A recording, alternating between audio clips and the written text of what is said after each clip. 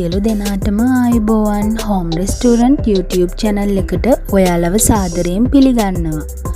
අද මම හදන්න යන්නේ මසාලා ෆ්‍රෙන්ච් ටෝස්ට් එකක්. මේ සඳහා අවශ්‍ය සියලුම දේවල් පහළ තියෙන description box එකේ දාලා තියෙනවා. මම මෙතනදී පාන් පෙති 4ක් අරගෙන තියෙනවා. ටිකක් ලොකු වැඩි නිසා දෙකට කපාගෙනයි තියෙන්නේ. ලුණු මේස හැඳි එකක්, සාමාන්‍ය ප්‍රමාණයේ බීරුණු ගෙඩියක් හීනියට කපාගෙන තියෙනවා. අමු මිරිස් කරලක් හීනියට කපාගෙන තියෙනවා. ගම් මිරිස් කුඩු තේ හැඳයි, කැලි මිරිස් කුඩු තේ හැඳයි. සාමාන්‍ය ප්‍රමාණයේ තක්කාලි ගෙඩියක් හීනියට කපාගෙන තියෙනවා.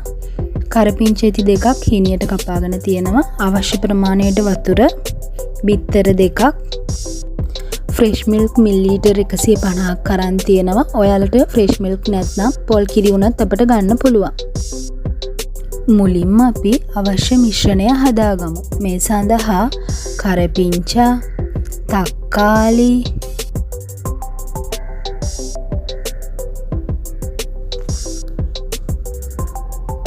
ඒ වගේම ගම් මිරිස් කුඩු සහ කැලි මිරිස් කුඩු එකතු කරනවා. ඊට පස්සේ හීනියට කපාගත් අමු මිරිස් එකතු කරනවා. දැන් අපි එකතු කරන්නේ හීනියට කපාගත්ත බීලුණු ගෙඩිය.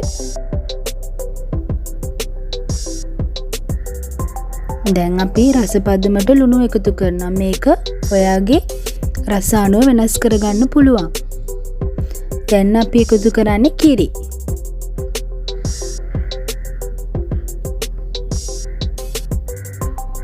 ඊළඟට වතුර ස්වල්පයකුත් අපි එකතු කරනවා.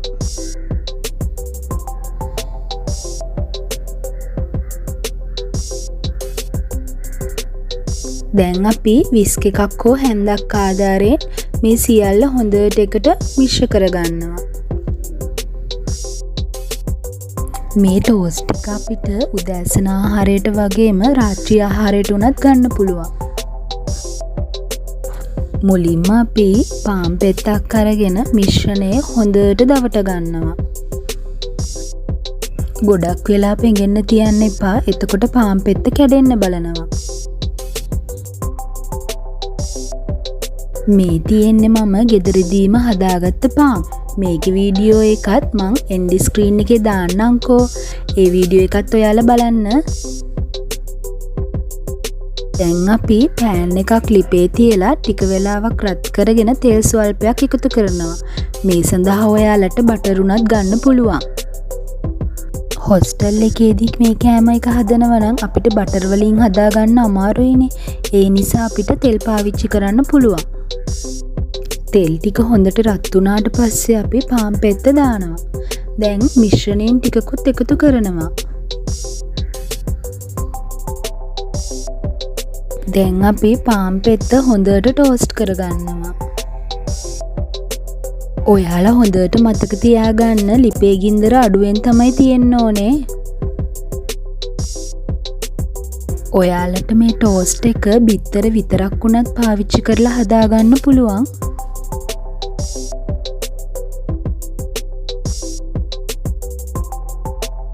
විනාඩියක් විතර එක පැත්තක් ටෝස්ට් කරගෙන අපි අනිත් පැත්ත ටෝස්ට් කරගන්නයි යන්නේ.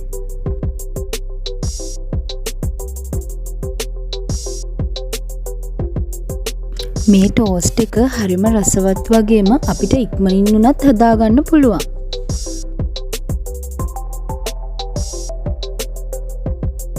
පොඩි බබාලට පාසලට ගෙනියන්නත් මේ ටෝස්ට් එක හොඳයි.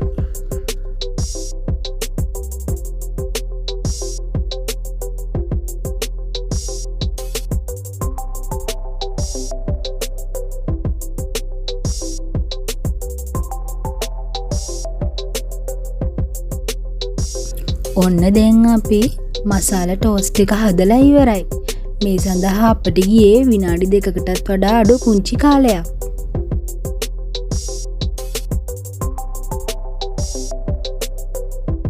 මේ වගේ මසාලා බ්‍රෙඩ් ටෝස්ට් එකක් හදලා රස බලලා පහලින් කමෙන්ට් එකක් දාන්න අමතක කරන්න එපා. එහෙනම් තවත් වීඩියෝවකින් නැවත හමු වෙමු. අපිව සබ්ස්ක්‍රයිබ් කරලා තියාගන්න. ඔයාලා හැමෝටම සුබ දවසක්.